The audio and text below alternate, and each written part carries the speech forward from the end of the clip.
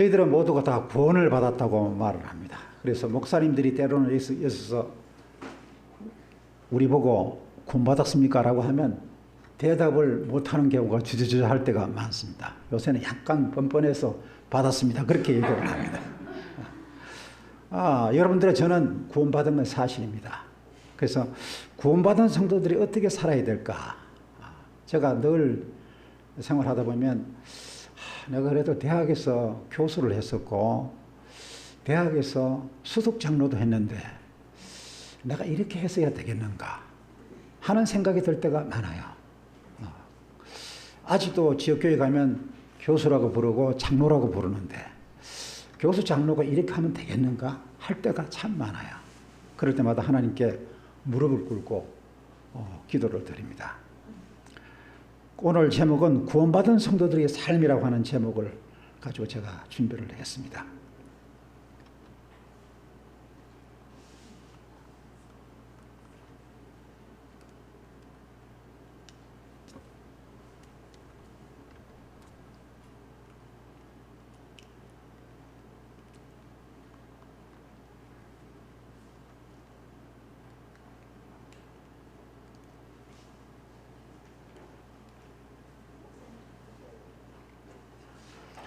제가 배터리가 다 됐네요.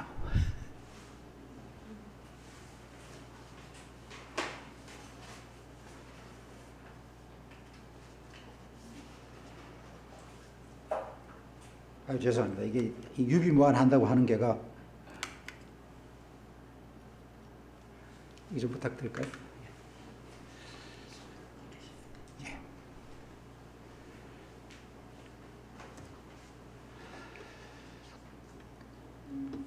마지막 시대의 특징 중에 하나입니다. 제가 지역교회를 가보면 교인 수가 너무 작고 교회는 굉장히 큰 교회들인데 성도의 수가 감소하는 걸 제가 보게 되었습니다. 왜 그럴까요? 제가 마태복음 24장을 생각하게 되었습니다. 불법의 성함으로 많은 사람이 사랑이 식어진다. 그렇게 감사합니다.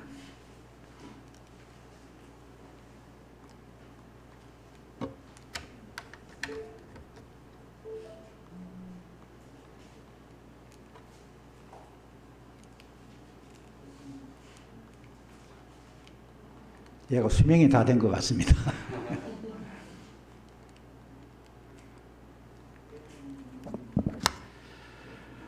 다 같이 읽어보시겠습니다. 시작. 불법이 성함으로 많은 사람의 사랑이 식어지니라. 많은 사람의 사랑이라고 하는 것은 하나님을 사랑하는 것, 이웃을 사랑하는 것, 그렇죠? 두 가지가 식어진다고 그렇게 말했습니다. 하나님에 대한 사랑이 식어지면 교회가 빕니다. 그리고 사람의 사랑이 식어지면 사람이 사개집니다. 아마 오늘날 우리가 살아가는 이 시대를 두고 주신 말씀이 아닌가 그렇게 생각을 합니다. 그러나 다행스럽게도 성경은 뭐라고 말씀하고 있습니까? 시작. 그러나 끝까지 견디는 자는 뭘 얻는다고요? 구원을 얻으리라. 구원을 얻으리라. 우리가 목사님을 통해서 이렇게 공부를 많이 배웠습니다. 구원의 3시제 이렇게 아시죠?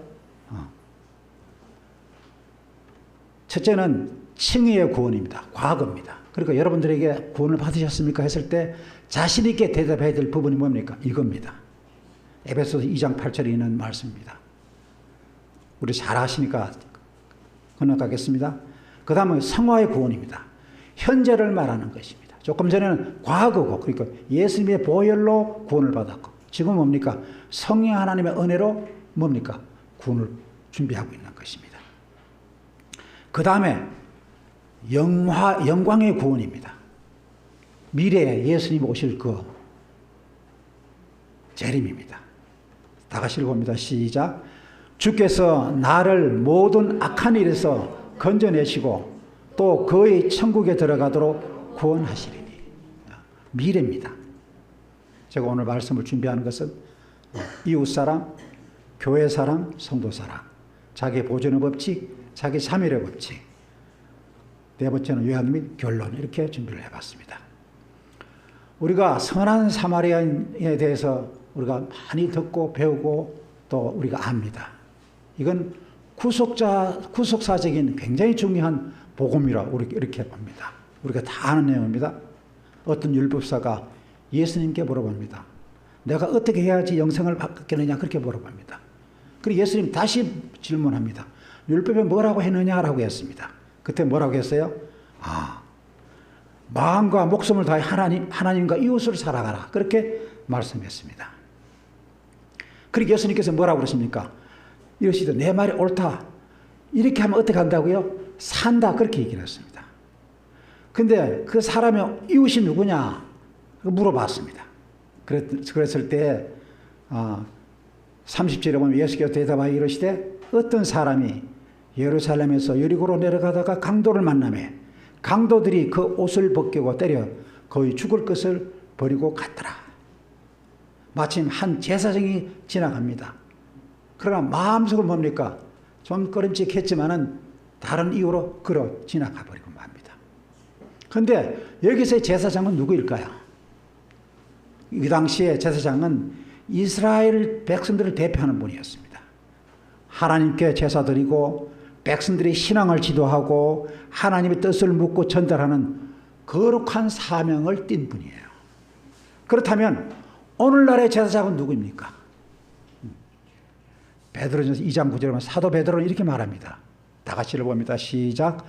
오직 너희는 택하신 족속이요 왕같은 제사장들이요 거룩한 나라요 그의 소유된 백성이니 그렇게 말합니다. 예수 그리스도의 구원의 은총을 입은 우리 모두가 뭡니까? 제사장이라고 하는 것입니다. 제사장입니다. 이제 또 32절에 보면 그 다음에 한 레인이 지나갑니다. 그러나 또 피어서 지나갑니다. 자, 그러면 레인은 누구일까요? 이스라엘 12지파 중 야곱의 셋째 아들 레위의 직계의 자손입니다. 굉장히 중요한 일을 맡아서 하는 사람입니다. 대제사장 역할과 회막 앞에서 하나님을 찬양하고 성전과 율법에 관계되는 종교적인 일을 담당하는 분입니다. 이스라엘 백성들 하여금 하나님께 대한 섬김이 얼마나 중요한지를 일깨워주고 신앙적이고 거룩한 삶을 살아가도록 이끄는 역할을 하는 직분을 갖고 있는 사람입니다.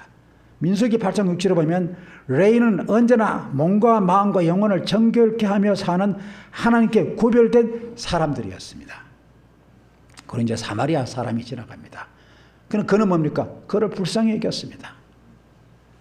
그리고 그를 뭡니까? 상처를 붓고 싸매고 또 그를 해서 잘 돌봐주는 장면이 나옵니다.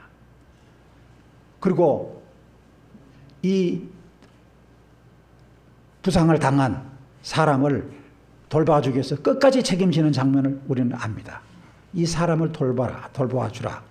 비용이 더 들면 내가 돌아올 때가 다 갚아주겠다. 애프터 서비스를 확실하게 하는 것입니다. 자, 사마리아인은 누구일까요? 유대인과 사마리아인 같은 핏줄의 민족입니다.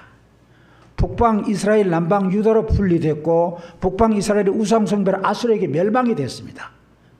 그래서 아수르 왕은 많은 사마리아인들을 추방했습니다. 사마리아에 시리아와 메소포타미아 민족을 데려와 정착하고 이방인들과 피가 섞인 혼합인종이고 이방신으로 혼합주의 신앙, 뭐니까 하나님께로부터 버려진 사람, 예면받았던 사람 중에 한 사람들이었습니다. 바벨론 포로 생활 때 고난의 삶을 피해보려고 마지못해 보여서 이방인들과 결혼을 했어요. 금기했던 것을 깨뜨린 사람들이었어요. 남유대 왕국이 바벨론 포로 생활에서 돌아온 이후부터 사마리아인들을 같은 동족으로 인정 않게 됐습니다. 뭐같이 본 거면 개같이 본 것이에요. 개같이 본 것이에요. 그래서 그들은 유대인들에게 뭡니까? 개 취급을 받으며 멸시받은 존재였습니다. 그래서 예수님께 물어봅니다. 내 생각에는 이 세 사람 중에 누가 강도 만난 자의 이웃이 되겠느냐? 그렇게 말합니다. 그가 답합니다. 시작. 이르되 자비를 베푼 자이니이다. 예수께서 이르시되 가서 너도 이와 같이 하라. 그렇게 말합니다. 자, 우리는 수도 없이 많이 들었습니다. 제가 기억으로는 몇백 번을 들은 기억이 납니다. 그래서 중요한 교훈이 있습니다. 여기서 참 교훈은 주님은 선한 사마리아인의 교훈을 통하여 어떻게 구원을 받는지를 설명한 것이 아닙니다. 우리는 착각을 할 때가 있어요. 어떻게 구원을 받는 것을 생각을 하는 거예요. 그게 아니에요. 구원받은 후에 어떻게 살아야 구원을 이룰 수 있느냐를 설명하신 주님의 복음이라는 사실입니다. 우리 모두는 뭡니까? 구원받은 사람들이에요. 제사장들이에요. 예수님이 메시아임을 밝히신 다음에는 어떻게 살아야 그리스도인이 주님의 백성으로 구원을 이루며 살아갈 수 있는지를 가르쳐 주시는 것입니다. 선한 사마리아인의 교훈은 구속사적인 귀중한 복음입니다. 주님은 오늘 우리에게 이렇게 말합니다. 다 같이 읽어봅니다. 시작. 너도 유대인에게 멸시받으면서도 그들에게 선을 행하는 사마리아인처럼 가서 선을 행하라고 명령하고 계시는 겁니다. 또 다시 시작. 제사장처럼 존경받고 레인처럼 인정받는 자리에서도 행하지 못한 선행을 뭐예요? 멸시받은 사마리아인이 했다는 것입니다. 그런 사마리아인이 유대인이 예루살렘에서 여리고로 내려가다가 강도를 만났을 때 자신의 모든 멸시와 서름도 다 있고 어려운 환경에 처한 그를 도왔다고 하는 것입니다. 자, 이 복음은 초대교회 성도들에게 그대로 가르쳐 지키게 됩니다. 초대교회 성도들은 자기들을 멸시하고 핍박하는 사람들에게 항쟁하지 않고 말없이 당하며 오히려 뭐요? 끝까지 선을 행하여 그들을 오히려 뭐였어요? 두렵게 했습니다. 주님이 십자가에 달려 말없이 죽으신 것처럼 그들도 어떻게 해요? 선을 행하며 핍박 속에서도 성도의 온유함을 지키며 살았습니다. 오늘날 우리 주변에 있는 사람들이 기독교인들을 봤을 때 뭐라고 봅니까? 해준 것도 없으면서 바라는 것은 많아요. 그렇죠? 그리고 뭐요? 그들을 평가를 서슴없이 평가를 하는 겁니다. 서슴없이.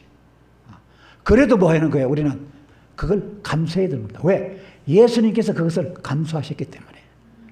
우리 보고 그렇게 하라고 말씀하시는 거예요. 그 모든 보상은 누가요? 나중에 누가요? 하나님께서 해주신다고 약속하고 있는 것입니다. 마태복음 22장 30절 40절에 보면 선생님 율법 중에서 어느 계명이 크냐 그렇게 물어봅니다. 예수께서 이러시되 내 마음을 다하고 목숨을 다하고 뜻을 다하여 어떻게 주 너희 하나님을 사랑하라고 하시니 이것이 첫째 계명이라고 그랬어요. 둘째 계명이라 뭐라고 했어요? 내 이웃을 내 자신같이 사랑하라. 이 두 계명이 온 율법과 선지의 강령이라고 말합니다. 사랑 가장 큰 계명 율법과 선지의 강령입니다. 우리가 기회 있을 때마다 뭐예요? 사랑 타령하고 있습니다. 왜 그래 사랑 타령하고 있을까요? 사랑이 그만큼 필요하고 그만큼 부족하기 때문에 그렇다는 거 하는 것입니다. 그것은 우리가 인정을 해야 되고 그 얘기를 들을 때마다 식상해 들을 것이 아니고 지나간 노래라고 생각하지 말고 뭡니까? 성령 하나님께서 내 마음을 두드리고 계시다는 것을 늘 생각하면서 받아들여야 된다. 그렇게 생각을 합니다. 사랑은 율법의 완성이라고 말합니다. 10절이면 다 같이 읽어봅니다. 시작. 사랑은 이웃에게 악을 행치 아니하나니 그러므로 사랑은 율법의 완성이라 그렇게 말합니다. 사랑은 영원한 생명을 얻게 한다라고 현대 성경은 이렇게 기록하고 있습니다. 다 같이 읽어봅니다. 시작. 예수께서 말씀하셨다. 옳다. 그렇게 행하라. 그러면 영원한 생명을 얻을 것이다. 하나님을 사랑하고 이웃 사랑을 행하면 무엇을 얻는다고요? 영원한 생명을 얻는다고 하는 것입니다. 그렇다면 내 이웃이 누구오리까? 누구입니까? 첫째, 다 같이 읽어봅니다. 시작. 우리의 이웃은 그가 누구이든지 간에 우리의 도움이 요구되는 모든 사람들이 우리의 이웃입니다. 둘째입니다. 우리의 이웃은 역경으로 말미암아 매를 맞고 상함을 받은 모든 사람들입니다. 다시 말하면 뭐예요? 버림받은 사람들입니다. 셋째는 뭡니까? 하나님의 소유물인 모든 사람이 우리의 이웃입니다.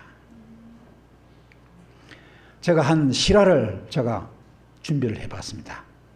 2015년 4월 9일이 일어난 일인데 아마 여러분들이 보신지 모르겠어요. 신문에 났던 소개가 됐던 내용입니다. 중국 안후이 성에서 일어난 실화입니다.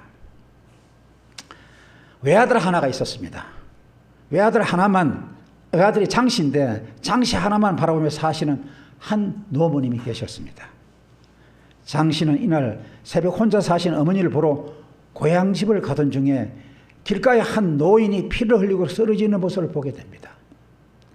갈등을 하다가 아무런 조치를 하지 않고 가만 집으로 향합니다. 그런데 그럴 것이 최근 중국에서는 이와 같은 비슷한 사례가 너무 많았던 것입니다.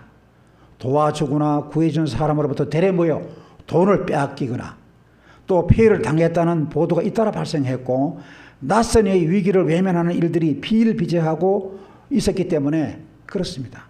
아마 오늘날 우리들이 주장하는 이유들과 동일한 내용입니다. 머리 좀 도고 싶지만은 뭐예요? 이거 뭐가 해주고 보따리 내라고 그러면 하면 안 될까? 이렇게 생각할 때입니다. 그래서 이 사람도 아마 장씨도 그런 생각을 했던 것 같아요. 돕고 싶은 마음은 있었는데 이거 주고 오히려 뭐요? 더 당할 수 있겠다 하는 생각들이 들었기 때문에 그냥 그의 발걸음 어두예요. 집에 갑니다. 근데 어머니가 집에 있지 않다는 사실을 확인해야 된 겁니다. 장씨는 불현듯 사고 현장이 떠올랐습니다. 설마 하는 마음으로 뭐요? 현장으로 급히 달려갔습니다. 장씨는 끔찍하고 처참한 현실을 맞아야 했습니다. 쓰러진 이는 뭐요? 불길한 예감대로 누구였어요? 자신이 어머니였다는 사실입니다. 장씨는 급하게 구급차를 불러 병원에 어머니를 이송했습니다. 그러나 너무 많은 추를 어머니는 끝내 뭐요? 숨지고 말았습니다. 사건의 결론을 보면 새벽녘에 먼 거리에서 어머니를 보러 달려올 아들을 마중 나갔다가 참병원을 당하신 것으로 잠정 결론을 내렸다고 합니다. 안타까운 것은 사고 현장에서 바로 병원에 이송되었다면 생명을 구할 수도 있었던 상황이었습니다. 경찰이 현장에 떨어진 유리 파편 등을 추적, 뺑소니 용의자를 체포했으나 무슨 의미가 있겠어요? 장씨에게는 아무 의미 없는 일이 되고 말았던 것입니다. 남의 위기라고 판단했던 일이 곧 뭡니까? 자신의 불행으로 이어졌던 사건입니다. 남에게 돕는 선행을 곧 자신에게 되돌아오는 축복이라는 중요한 교훈을 남긴 사건이었습니다. 그래서 우리나라도 일명 선한 사마리안법이라는 것이 있습니다. 심폐소생을 하다가 위급한 사람이 요새 보면 심정지 갑자기 된 사람들 있잖아요. 그렇게 하다가 뭐 하는 경우가 있어요. 그렇게 오히려 갈비뼈가 부러지거나 뭐 해가지고 2차적으로 문제가 생겨서 또 그것 때문에 또 사망하는 경우가 있어요. 더 악화되는 경우도 있었습니다. 그래서 그것 때문에 안 하는 거예요. 그러니까 그것을 보호하기 위해서 이 법을 만들었습니다. 고의 또는 중대한 과실이 없는 경우 그 행위자는 민사책임과 상해에 대한 형사책임을 지지 아니하며 사망에 대한 형사책임을 감면한다라고 하는 것을 법률로 이렇게 만들어놨습니다. 둘째입니다. 교회 사랑, 성도 사랑입니다. 저는 제 주의가 성도가 반드시 행복해야지 교회가 행복하다라고 하는 지론을 갖고 있습니다. 그래서 제가 설교를 하고 했을 때는 교회가 더 잘 되기보다도 성도가 행복하기를 제가 훨씬 더 많이 강조하고 말씀을 준비하고 기도하고 있습니다. 왜냐? 그게 바로 누구예요? 하나님의 뜻이기 때문에. 교회가 존재한다는 뭐예요? 성도를 보호하기 위한 뭡니까? 모임이에요. 구심점이 되는 것이에요. 개인이 없는데 어떻게 교회가 존재할 수 있겠어요? 저는 불가능하다고 생각을 합니다. 제가 아주 큰 감동을 받았던 한 또 일화가 있습니다. 신실한 한 여집사님의 이야기입니다. 우리 교회 성도님이 아닙니다. 이제 이분이 힘들게 사시다가 남편이 갑자기 세상을 떠났습니다. 공부하는 두 아들과 나쁜팔이 하루하루를 어렵게 살아갑니다. 남편이 남기고 유일하게 조그만 땅하고 건물 하나가 있었습니다. 근데 남편이 고생하면서 읽어놓은 것이기 때문에 이걸 내가 한 개 해가지고 내가 다 없애기는 보담도 이건 남편의 명예를 위해서라도 남편의 위해서 좀 값 있는 곳에 써야 되겠다 하는 생각이 들었던 것입니다. 이 집사님 마음에. 그래서 그 땅과 건물을 뜻 있는 곳에 사용하기로 결심하고 땅 문서와 건물 문서를 교회에 헌물하기로 결심한 것입니다. 그 땅 문서, 건물 문서를 목사님께 내밉니다. 김일환 목사님께 내미는 겁니다.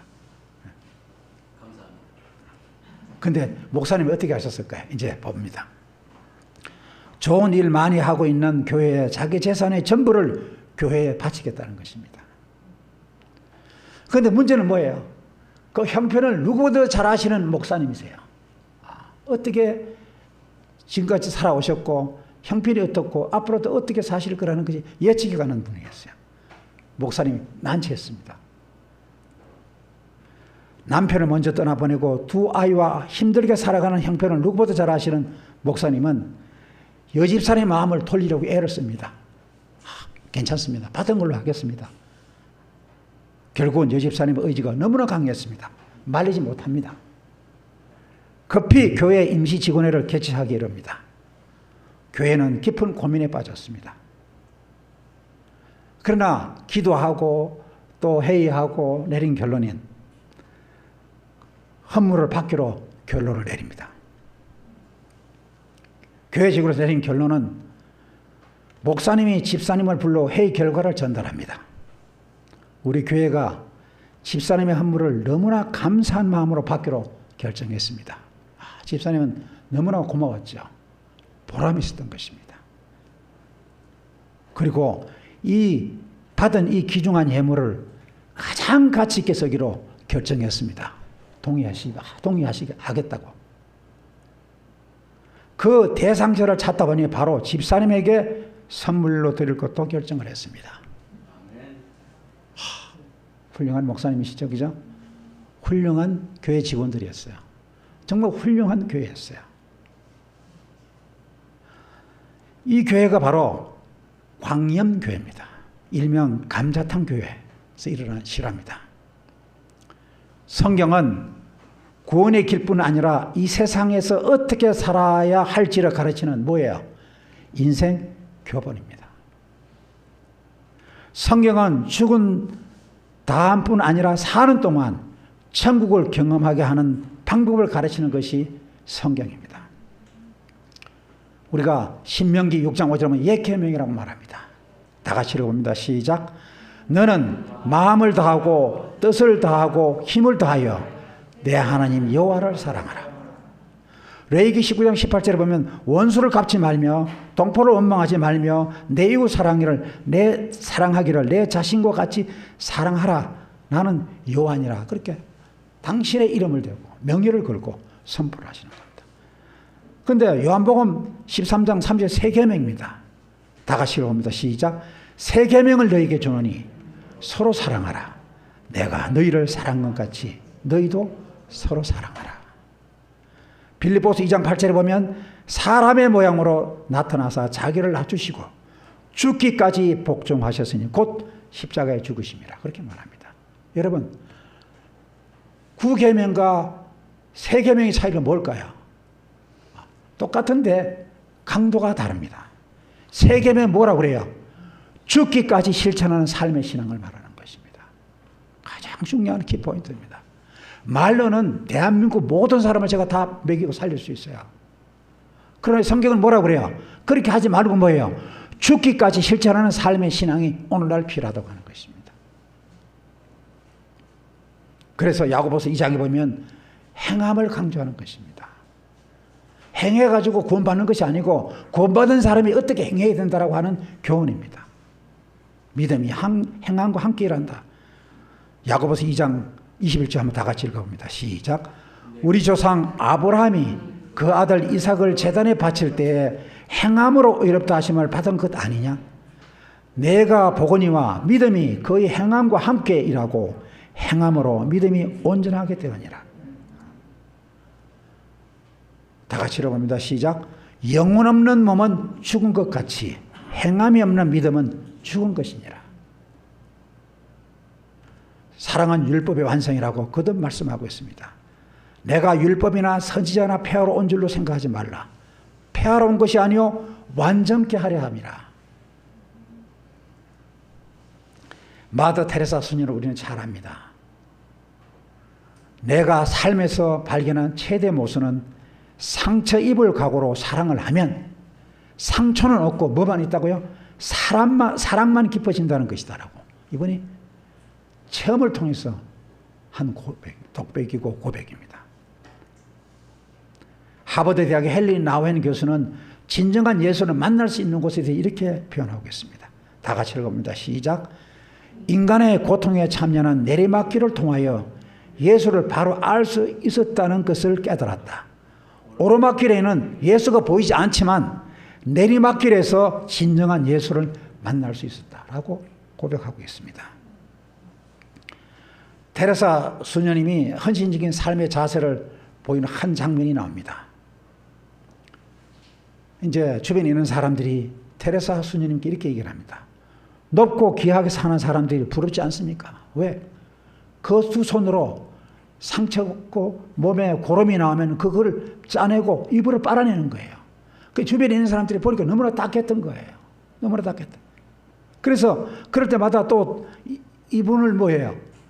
이게 또 매스컴에서 이분을 소개하니까 또 이 정치인들이나 또 그 권세를 좋아하는 사람들은 이분에게 와서 또 격려차 사진 한 방 찍어 가는 겁니다. 그럴 때마다 주변에 있는 사람들은 상처를 입었던 겁니다. 그러면서 테레사 스님께 이렇게 질문합니다. 높고 귀하게 사는 사람들이 부럽지 않습니까? 라고 했습니다. 그가 조용히 말했습니다. 허리를 굽히고 섬기는 사람들은 위로 볼 시간이 없습니다. 맞습니까? 맞습니다. 맞습니다. 그 이유는 그분은 오늘 또 가장 낮은 곳에 계시기 때문에 그렇습니다. 누가요? 예수님께서요. 요한복음 12장 26절입니다. 시작. 사람이 나를 섬기려면 나를 따르라. 나 있는 곳에 나를 섬기는 자도 거기 있으리니 사람이 나를 섬기면 내 아버지께서 그를 뭐예요? 귀히 여기신다. 귀히 여기신다. 우리 교회는 사랑에 대한 설교도 많이 하시지만은 이 종말에 대한 설교를 많이 합니다. 그래서 종말에 대해서 얘기를 하다 보면 뭡니까? 죽이기 전도되는 경우가 있습니다. 정말 이제는 뭐가 있어야 돼요? 사랑이 있어야 되거든요. 종말이니까 사랑이 더 있어야 된다, 관계로 해야 되는데 사랑한다고 사랑 타령만 한다고 해가지고 면박을 주는 어떤 분이 계셨다는 얘기를 듣고 제가 아연실색을 했었어요.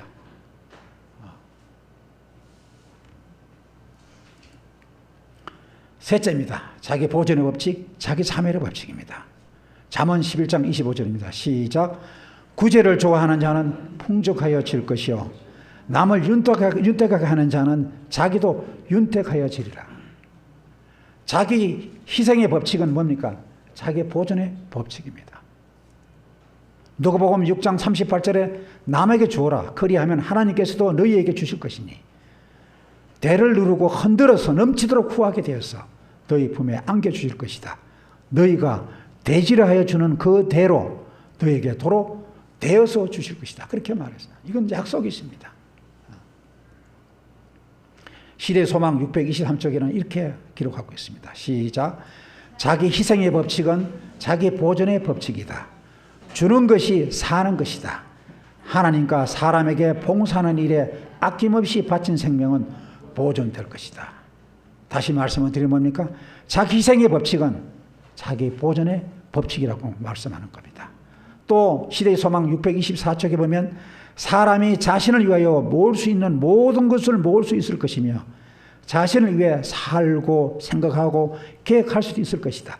그러나 그의 생명이 끝나면 그는 아무것도 없게 될 것이다. 자기 욕심의 법칙은 자기 참회의 법칙입니다. 우리가 행복해야 될 또 물질적 풍족해야 될 목적이 있어야 됩니다. 그 목적이 뭘까요? 하나님의 영광입니다. 하나님의 영광입니다. 이웃 사랑 율법의 완성이라고 말합니다. 사랑하는 자는 율법을 완성했다고 사랑은 율법의 완성이라고 말합니다. 마지막 시대의 특징과 하나님의 약속에 보면 불법의 성으로 많은 사람이 사랑에 식어진다고 말씀했습니다. 하나님 사랑, 이웃 사랑 이것이 식어진다고 말씀합니다. 그러나 우리는 끝까지 건드리는 구원을 얻겠다고 성경은 거듭 말씀하고 있습니다. 사람의 사랑은 일거오덕이 있습니다. 우리가 일거양덕은 들어보셨죠? 서로 사랑하면 뭡니까? 우리는 예수님의 제자가 되는 것입니다. 서로 사랑하면 예수님의 친구가 되는 것입니다. 하나님 사랑, 이웃 사랑이 뭡니까? 가장 큰 계명임을 알게 됩니다. 사랑하는 자는 뭐 하는 것? 율법을 완성한다고 말합니다. 그런데 중요한 것은 뭐예요? 하나님 사랑, 이웃 사랑은 뭡니까? 영원한 생명을 보장받는다는 사실입니다. 요한 1서 4장 7절 8절입니다. 다 같이 읽어봅니다. 시작. 사랑하는 자들아 우리가 서로 사랑하자. 사랑은 하나님께 속한 것이니 사랑하는 자마다 하나님께로 나서 하나님을 알고 사랑하지 않는 자는 하나님을 알지 못하나니 이는 하나님은 사랑이시라. 하나님의 또 다른 이름은 뭐예요? 사랑이라고 하시는 것입니다. 이제 제가 결론을 내려고 합니다.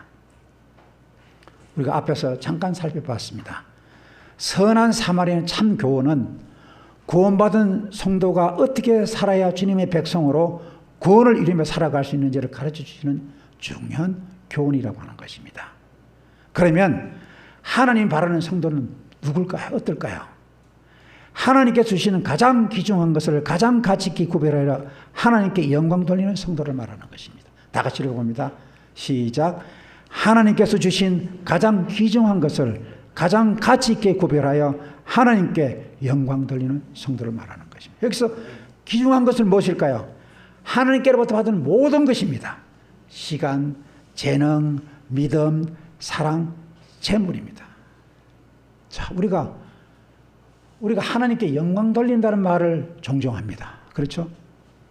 우리가 잘못 생각하면 뭐가 될 수 있을까요? 하나님께 영광 돌린다고 생각하면 뭐라고 생각하냐면 하나님 영광을 하나로 채워주는 건가 우리가? 그렇게 생각하십니까? 아니에요.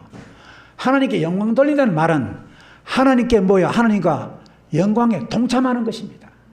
동참하시는 것입니다. 만약에 여러분들이 교회를 짓는데 헌금을 하나도 안 해서 그럼 굉장히 미안해요. 근데 어렵게 해가지고 헌금을 해가지고 교회를 잘 지어서 하나님께 헌당을 하는 거예요. 그럼 내가 조금이라도 헌금을 했으면 어떻게 될까요? 그 기쁨을 동참해야 동참하지 않아요? 동참하는 것입니다. 그러니까 하나님의 영광에 동참하는 것이 하나님께 영광을 돌리는 것입니다. 우리가 착각해서는 하나님께 뭐가 부족해가지고 하나님께 달라고 하시겠어요? 그게 아닙니다. 둘째는 하나님이 바라는 교회는 뭘까요? 한번 읽어봅니다. 시작. 가장 귀중한 것을 가장 가치 있게 사용하여 하나님께 영광 돌리는 교회를 말하는 것입니다. 서로 사랑하라는 성경의 가르침은 우리 모두를 영원한 천국을 미리 경험시키기 위한 것입니다. 우리가 여기서 경험해야지 하늘나라도 그 사랑을요 실천할 수가 있는 것입니다. 우리가 여기서 행복하지 않으면 하늘나라 가서 행복할 방법을 모릅니다. 북한 사람들이 어떤 가지고 즐겁게 노는 장면을 봐서 금방 동화가 될 수 있을까요? 부정가 안 됩니다. 왜 그런지를 도무지 이해를 못합니다. 그리고 그에 대해서 왜 저럴까? 그리고 또 그 저의를 의심하는 것입니다. 순수성을 잃어버리는 것입니다. 그래서 우리는 반드시 뭐 하는 것이에요? 이 세상에서 하나님의 사랑을 나눠주고 하나님께 영광 돌려야지 하늘로 가서는 뭡니까? 그 하나님의 사랑을 만끽할 수가 있다고 하는 것입니다. 하나님을 사랑하는 재림 성도는 우리는 세 가지는 반드시 해야 됩니다. 진리를 사모해야 됩니다. 가슴으로 사랑을 나눠야 됩니다. 그리고 주의 재림을 고대해야 됩니다. 이것이 뭡니까? 믿음의 공동체, 예비 하늘 가족이 되는 것입니다. 하나님을 사랑하는 자들의 본분은 뭐예요? 하나님을 사랑하는 자, 곧 그의 뜻대로 부르심을 입은 자는, 부르심 입은 자는 구원받은 자들을 말하는 것입니다. 모든 것이 뭐야? 합력하는 뭐야? 하나님 뜻을 이루는 것다. 그렇게 말씀하고 있습니다. 그렇게 하면 첫째 뭐가 될까요? 성도가 행복합니다. 둘째는 뭐냐면 교회가 행복합니다. 셋째는 뭘까요? 이웃이 행복함으로 우리 모두는 뭡니까? 영원한 천국을 미리 경험하게 되는 것입니다.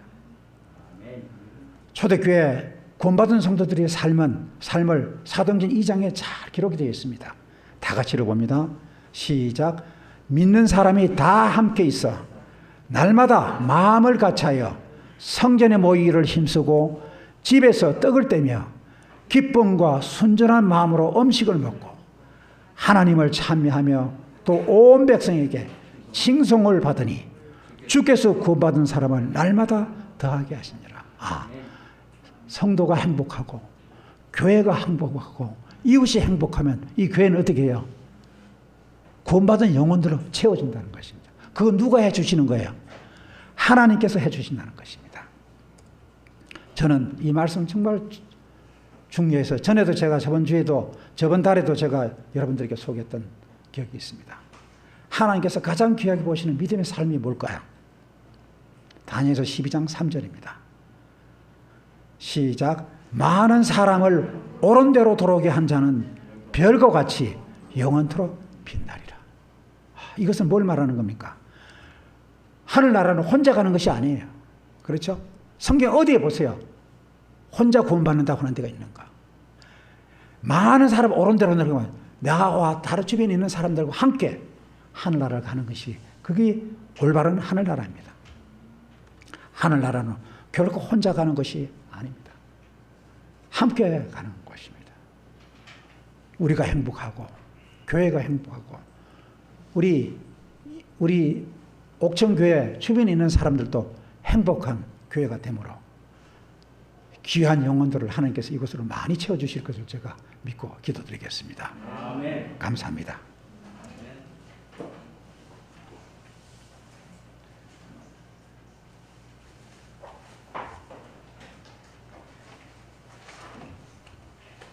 다 같이 일어나셔서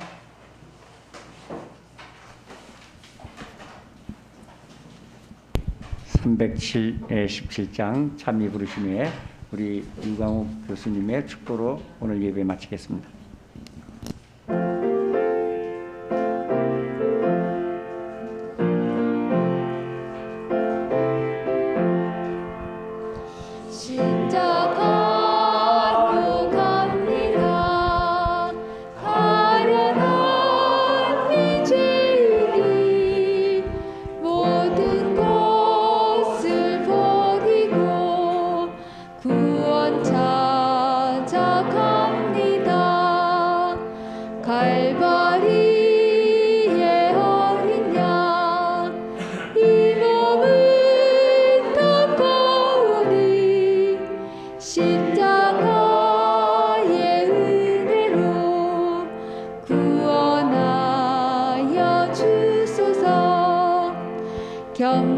겸손하게 비우니 주의 들리는 몸을 사유하여 주시사 정결하게 하소서. 갈바리의 어린 양 이 몸을 닦아오니 십자가의 은혜로 구원하여 주소서. 세상 모든 소유와 몸과 몸을 모두 다 길이 주의 것으로 이제 드리옵니다. 갈바리의 어린 양 이 몸을 닦아오니 십자가의 은혜로 구원하여 주소서. 나의 몸에 주사 온전하게 하시니 누추한 것 다 씻고 영광 돌리옵니다.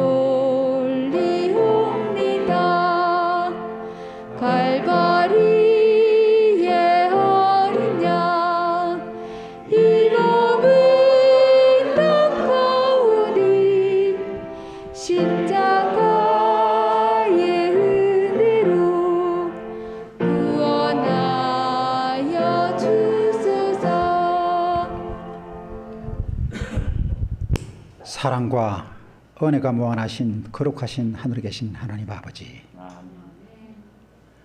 저희들의 매일의 삶이 하나님의 은총에 힘입어서 모든 성도님들이 행복하고 교회가 행복하고 이웃이 행복한 삶을 통해서 먼저 하나님께 크게 영광 돌리고 저희들은 기쁨과 보람과 행복이 되게 하시며 그 행복이 영원한 하늘방까지 꼭 이어질 수 있도록 은총 베풀어 주시옵기를 우리 구주 예수님 거룩하신 이름으로 기도드리옵나이다. 아멘. 아멘.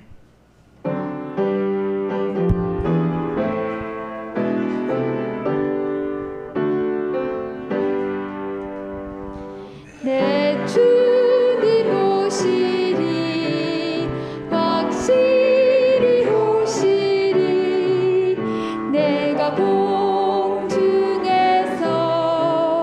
주를 만나겠네 내 구주 예수 확실히 오시네. 잠시 광고 말씀드리겠습니다. 오늘 다목적관에서 식사 후에 이형근 장로님 댁에 가서